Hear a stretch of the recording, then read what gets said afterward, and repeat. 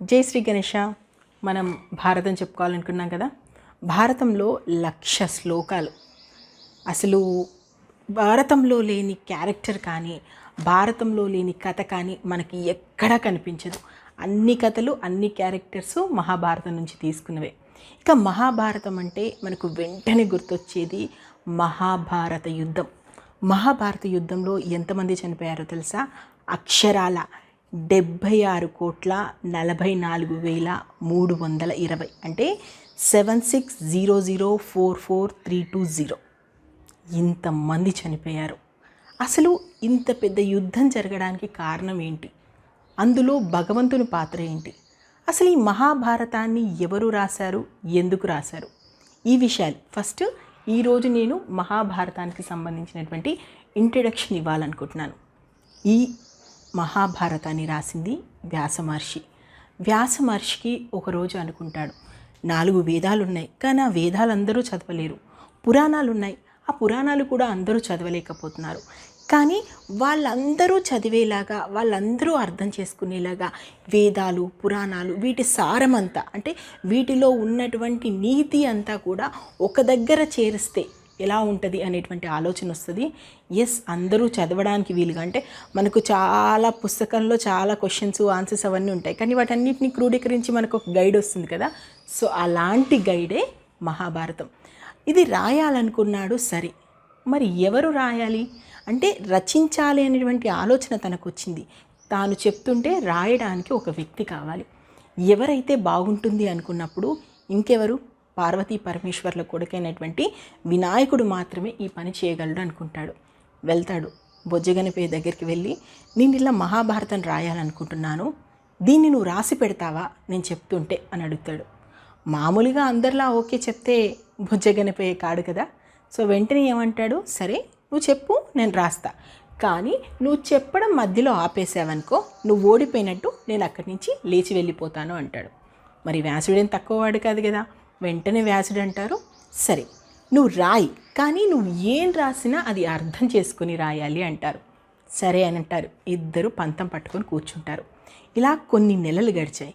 అకస్మాత్తుగా ఒకరోజు, అంటే అప్పట్లో గంటం అంటారు కదా, ఇలా తాళపత్రాల మీద ఇలా పట్టి ఇలా రాసేవాళ్ళు. ఆ గంటం కాస్త విరిగిపోయింది. ఇప్పుడు ఏమైంది? తన దగ్గర గంటం లేదు. అప్పుడు ఖచ్చితంగా వినాయకుడు ఆపేయాల్సి వస్తుంది.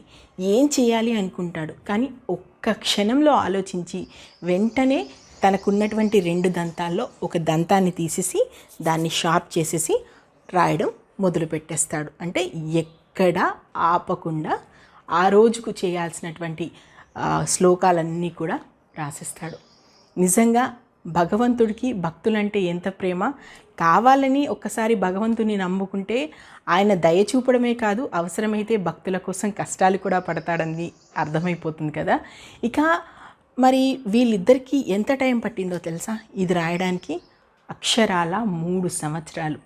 1,00,000 శ్లోకాల్ని 3 సంవత్సరాలు వ్యాస మహర్షి, వినాయకుడు కూర్చొని రాస్తే అది పూర్తయింది. మరి అంత మహాభారతం రాశారు. మరి దాన్ని ఎవరు అందరికీ అర్థమయ్యేలా చెప్పాలనుకున్నారు కదా. అందరికీ చెప్పడానికి ఎవరో ఒకరిని నియమించాలి కదా. సో ఎవరిని నియమించాలి అన్నప్పుడు ఒక్కొక్క లోకానికి ఒక్కొక్క వ్యక్తిని నియమించాడు వ్యాస మహర్షి. వాళ్ళెవరో నేను చెప్తాను చూడండి.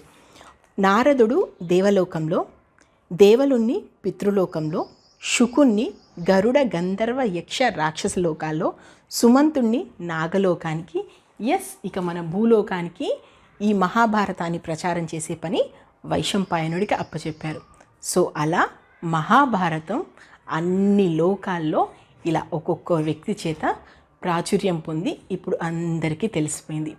ఇంతకీ మహాభారతంలో మొదటినే మనకు కనిపించే నీతి, భగవంతుని యొక్క భక్తునికి మధ్యలో ఉండేటువంటి సంబంధం ఒకటైతే ఎన్ని ఆటంకాలు వచ్చినా సరే వెనక్కి తగ్గొద్దు, ఎంత కష్టపడైనా సరే ముందుకు వెళ్ళాలి అనేటువంటి ఒక సందేశాన్ని వినాయకుడు ఇస్తూ ముందుకెళ్ళాడు.